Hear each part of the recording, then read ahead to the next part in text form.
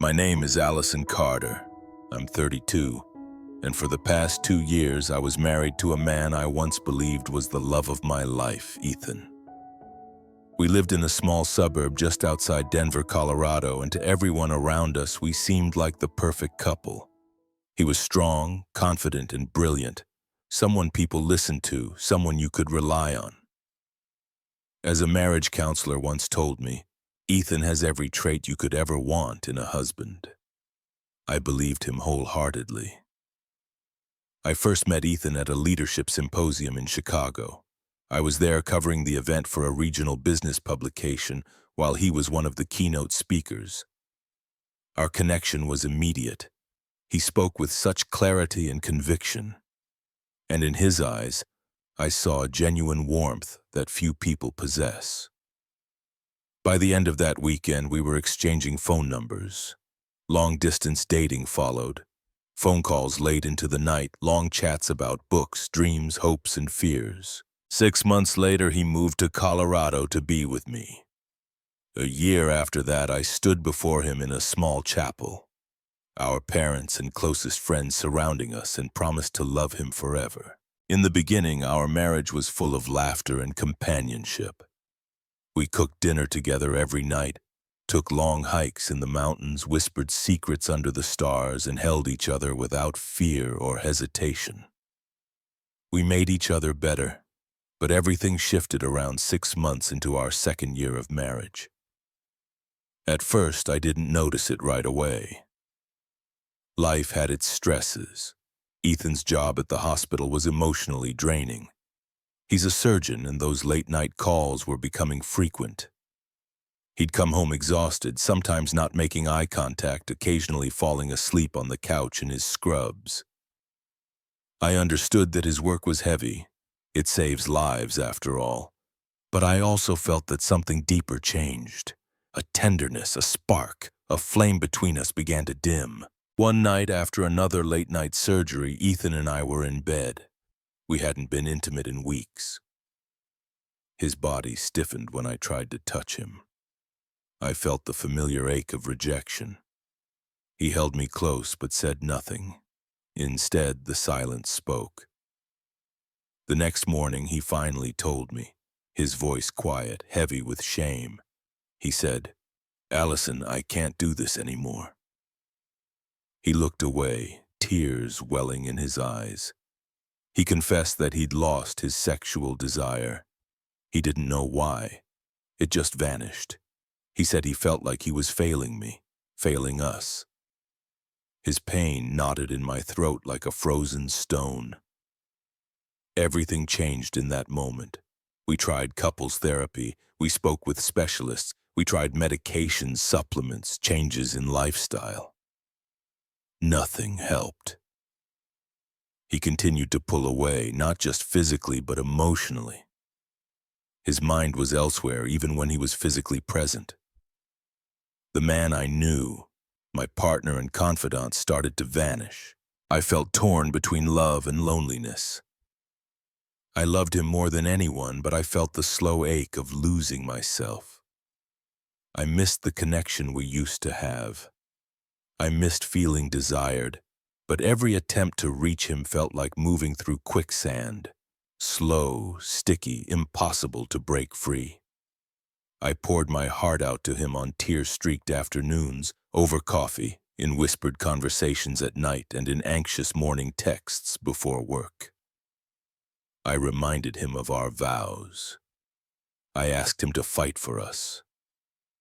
I promised I would fight too. But as the days passed, his eyes looked further away.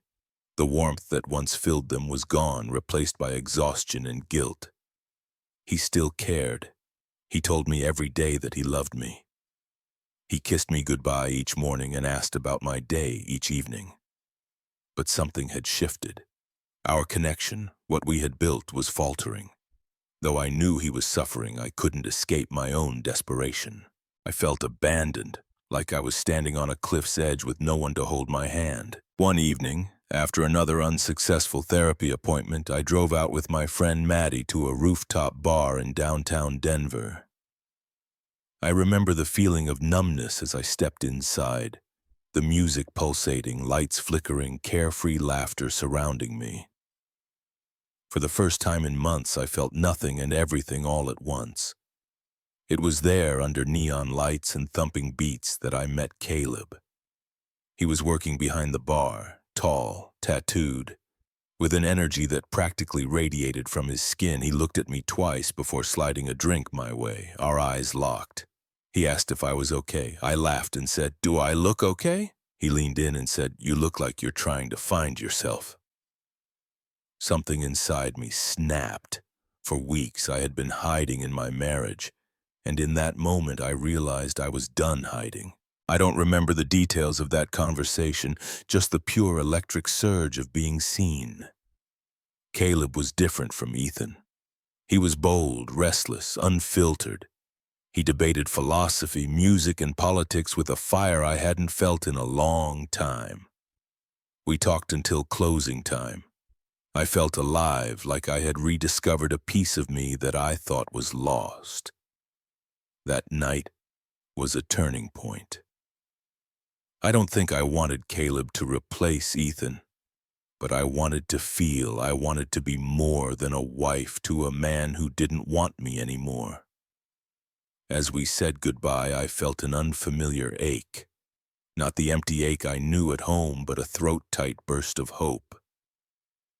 I went home to an empty bed. I cried. I stared at the ceiling, feeling both guilty and awakened. A part of me wanted to forget that night, but I couldn't. It stirred something in me I thought was extinguished. I know it was wrong. I know it's not how marriage works, but sometimes love and desire are tangled in ways that break everything you thought you knew. The following week, I couldn't stop thinking about him. I was back to my routine, waking up, getting dressed, pouring Ethan's coffee even if he didn't drink it, sitting across from him in silence while he scrolled through medical journals or answered work emails. He kissed me on the forehead every morning and said, "Love you." But his eyes didn't match the words. They hadn't for a long time. One afternoon, Maddie sent me a text. "Girls' night, same rooftop, I need tequila and drama." I hesitated. I stared at the message for a long time before typing, "Only for one drink." I wore jeans and a navy blouse. Nothing special, nothing flashy, but I still checked myself 3 times in the mirror. I tried to tell myself it wasn't about Caleb. I wasn't going there to see him, but a part of me was already lying. He was there, of course he was, same spot behind the bar. When he saw me, his face lit up and something inside me fluttered, then collapsed. "You came back," he said. "I said I wouldn't," I replied. "But you did," he smiled, setting down a lemon wedge. "That's something." We didn't talk for long that night. Maddie was pulling me around, introducing me to people, ranting about her on-again, off-again boyfriend. But Caleb's eyes followed me, and I felt it. The weight of attention, the electricity. At the end of the night, he slipped me a napkin, on it a name and number, just in case you ever want to feel awake again. I didn't call him, not for another week, but I texted him. It was subtle at first, short exchanges, flirty but not inappropriate. I told myself it was innocent. Ethan was still struggling. We were sleeping in the same bed, but our souls were in separate rooms. Every attempt to reconnect failed. Sex was a ghost neither of us could resurrect. The therapist had gently suggested we build intimacy in other ways. I tried. I really did. But I felt more alone with him than without. The texting with Caleb turned into late-night chats, then phone calls. He told me about his life, how he'd moved to Denver after a bad breakup, how he was thinking of quitting bartending and going back to school. He listened to me. He asked about my writing, my dreams, my childhood. He made me laugh. I didn't know how much I'd missed laughing until I heard my own voice light up again. 3 weeks after that second encounter, Caleb asked me to meet him. Just coffee, he said, middle of the day, public place, no pressure. I told Ethan I had a freelance interview. We met at a little cafe near the art district. I wore a cream sweater, hair pulled back, minimal makeup. I told myself this wasn't a date, but it felt like one. We talked for 2 hours. When I got home that evening, Ethan was asleep on the couch. There were 2 takeout containers on the table, one for me, Thai, my favorite. I stood there for a moment, guilt crawling up my spine like cold fingers. I kissed his temple and whispered, "Thank you." He stirred but didn't wake. That night I cried in the shower. I didn't know what I was doing or where this was headed. I wasn't looking to cheat. I wasn't planning an affair. But I also wasn't stopping it. A week later, I met Caleb again, this time for dinner. He touched my hand when I reached for my wine glass, and I didn't pull away. That was the first time I felt truly afraid. Not because of him, but because of myself. I knew this road, and I was walking it with eyes open. I didn't feel like a villain. I didn't feel evil. I felt split, torn between 2 lives, one of loyalty, the other of longing. Eventually it happened. It was a rainy Thursday evening. Ethan had a 36-hour shift. Caleb invited me to a hotel. I told myself I was just going to talk, to clear the air, to set boundaries. But once I was there, and I saw the look in his eyes, the rain pattering softly on the window, the warmth of his hands on my arms, I caved. It wasn't wild, it wasn't cinematic, it was messy, hesitant, human. After it was over, I sat there, wrapped in the hotel blanket, my heart pounding like a drum in an empty church. Caleb reached for me and asked if I was okay. I said nothing. I just nodded and got dressed. Driving home that night, I rehearsed lies I never thought I'd need. Ethan didn't ask. He didn't even notice I was late. That hurt more than anything. Over the next month, the affair continued. In hotels, in his car once, and this still twists my stomach, in Ethan's car. Caleb picked me up one afternoon while Ethan was at work. We parked behind a closed hardware store. I remember how alive I felt and how quickly that aliveness curdled into guilt. That day, Caleb dropped his wallet between the seats. I didn't notice until Ethan found it while getting something from the glove box. He held it up. "Who's Caleb?" My blood turned to ice. My world cracked open. I stuttered, lied, said he was a guy from work. We carpooled once. Ethan didn't push it, but his face changed. Something hardened. He didn't say much for the rest of the evening, but I knew he knew. I should have ended it then. I should have come clean. But I didn't. The final unraveling came 2 weeks later. I was in our house, our bedroom, with Caleb. Ethan had left for an overnight work conference, or so I thought. We were in bed, half-dressed, tangled in sheets and silence. Then the front door slammed. I'll never forget that sound, the heavy, angry thud that shook the floor, and then his voice. "Allison!" My heart stopped. I scrambled. Caleb froze, but it was too late. Ethan walked in and saw everything. He didn't yell. He didn't throw anything. He looked at me, then at Caleb, and said simply, "Get out." Caleb tried to speak. Ethan grabbed him by the collar and shoved him hard down the hall. The door slammed shut. Then we were alone, me wrapped in a blanket, him standing at the door like a stranger. Neither of us said anything for a full minute. Then he asked, "Why?" And I couldn't answer. Ethan followed him. I stood in the living room, fully clothed again, but still feeling naked. I didn't know where Ethan had gone, only that he didn't slam the door when he left. That terrified me more than anything. He returned 2 hours later, calm, exhausted. His eyes were red but dry. "I talked to him," he said face to face. I didn't ask what he said. I wasn't sure I wanted to know, but Ethan told me anyway. I asked him if he knew you were married. He said yes. I asked if he thought it was worth it. He said no. He looked like a scared kid. He paused. I told him to stay away from you. He agreed. Then he apologized to me for crossing a line. Later that night, Caleb sent me a text. It was short. I'm sorry. I won't reach out again.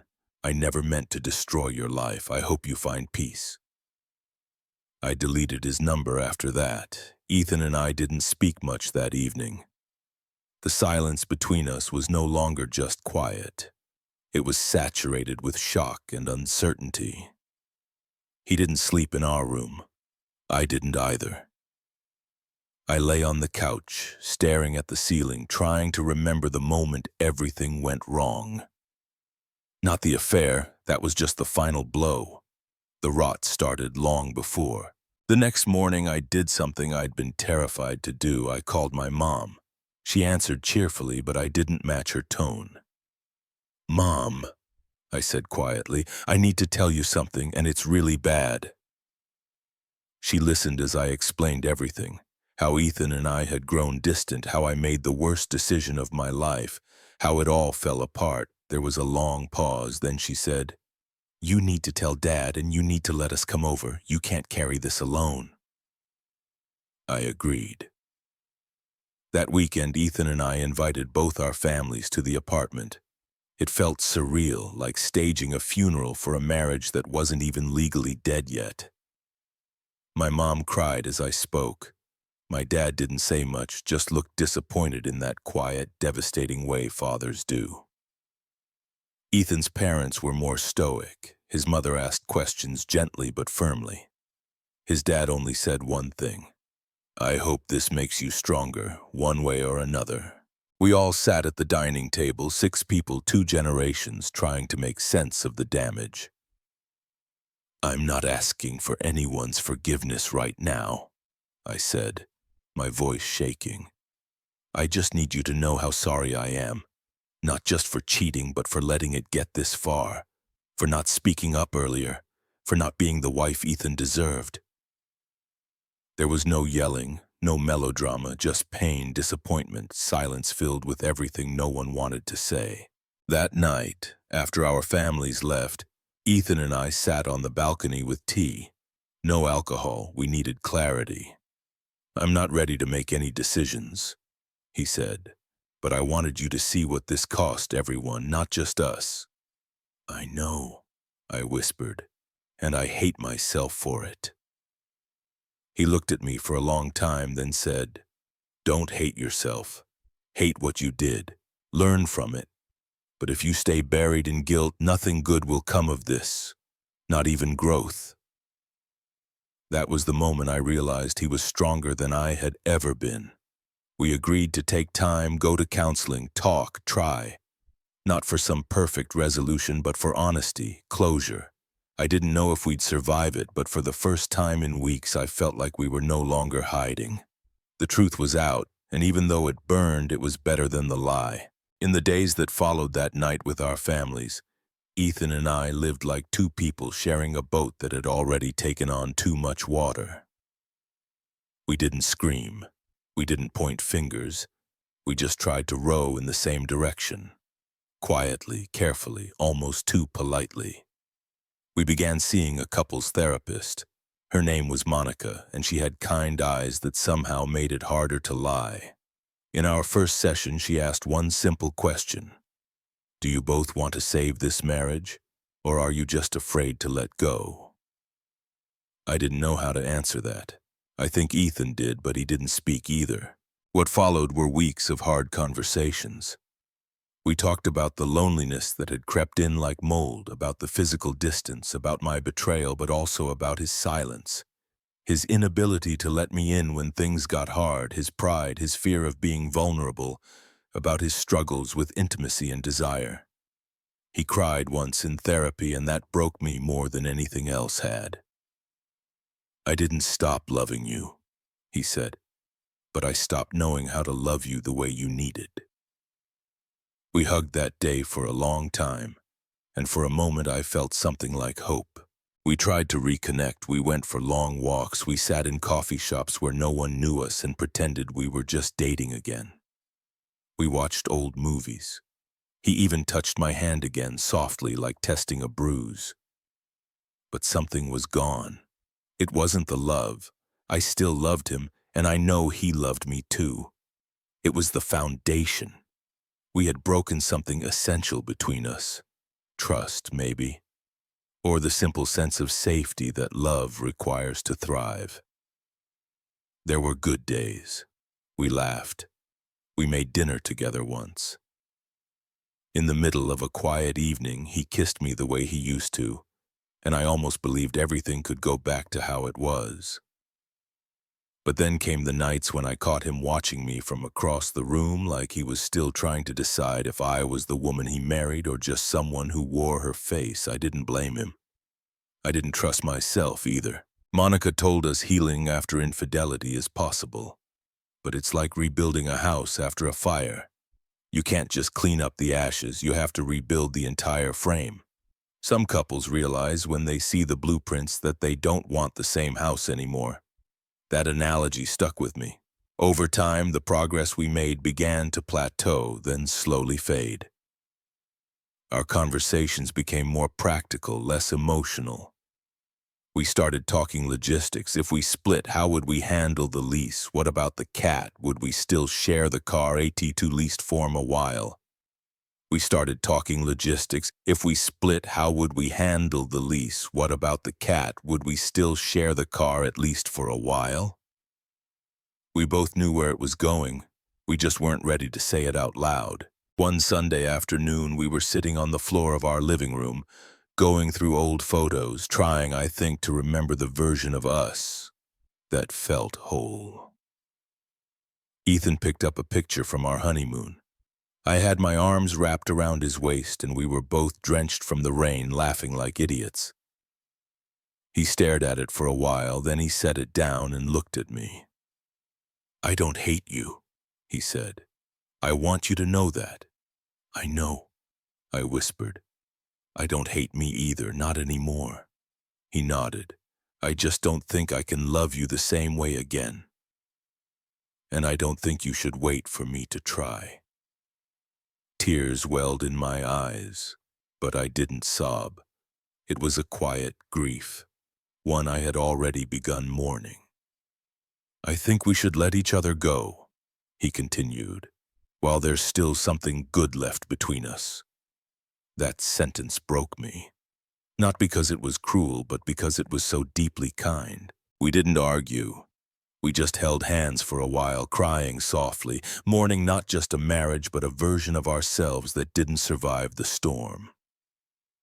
2 weeks later, we filed the paperwork.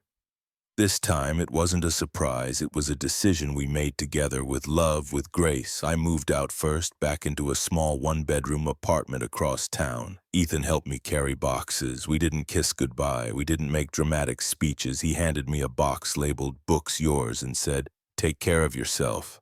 And I did. That first night alone, I expected to feel hollow, but I didn't. I felt still, like I had stepped out of the chaos finally, and maybe, just maybe, I could begin again. I still saw Ethan occasionally at mutual friends' gatherings or around town. We didn't avoid each other. We smiled, asked polite questions, and moved on. Once at a grocery store, we ended up in the same aisle. We talked for 5 minutes. He looked healthier, lighter. So did I.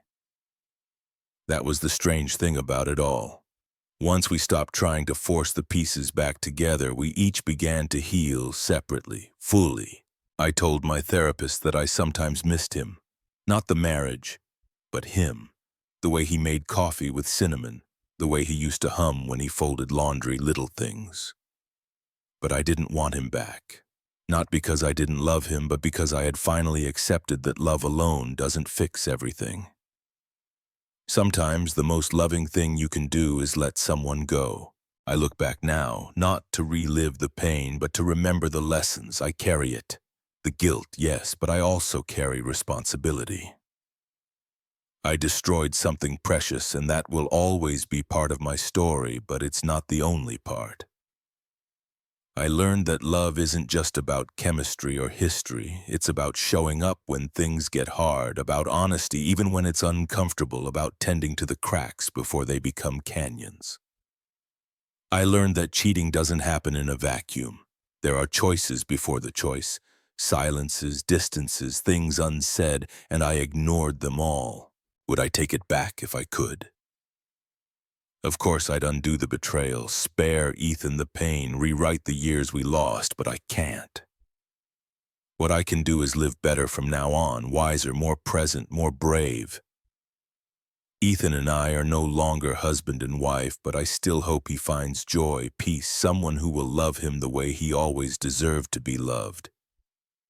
As for me, I'm still learning, still healing, and every day I choose not to run from the past, but to grow from it. Life is a tapestry woven with moments of joy, pain, and profound lessons, and Allison's story teaches us one of the most valuable truths. Love alone cannot sustain a relationship if trust and communication falter.